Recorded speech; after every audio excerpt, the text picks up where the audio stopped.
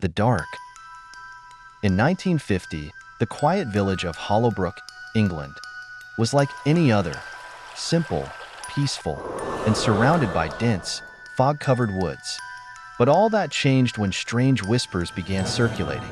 Animals were found drained of blood, their bodies pale and cold. The villagers, unnerved, whispered of a creature lurking. In the shadows, a vampire.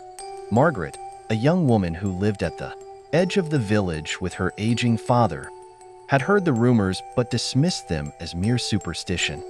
That was until one cold, moonless night. She woke to the sound of scratching at her window. Her heart raced as she pulled the curtains aside and saw a figure, a man, gaunt and pale, his eyes glowing red in the darkness.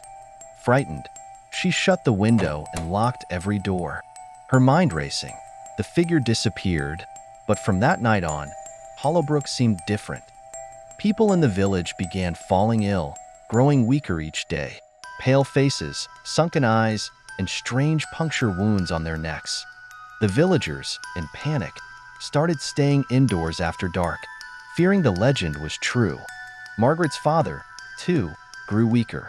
One evening, as she sat by his bedside, he whispered to her, "The vampire, it comes at night. I've seen it." His voice faded, and he slipped into unconsciousness. Determined to protect her father, Margaret stayed awake that night, keeping vigil by the window. Hours passed, and just as the clock struck midnight, the air turned cold. A soft knock echoed through the room. She turned, and there, standing in the doorway, was the pale figure she had seen before. "Let me in." The man whispered, his voice unnervingly calm. Margaret's blood froze. She knew the stories, vampires, couldn't enter without permission.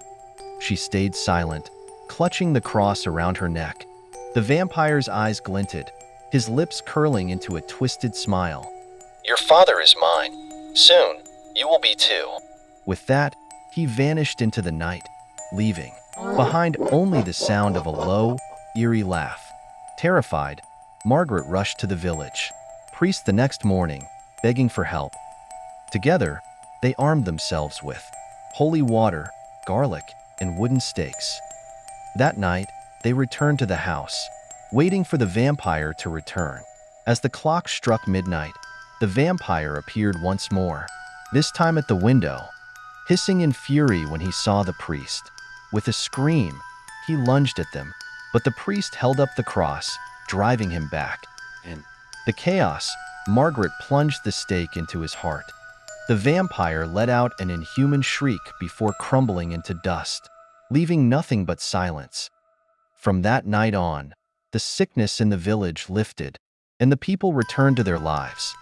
But Margaret would never forget the haunting red eyes and the terror that had gripped Hollowbrook.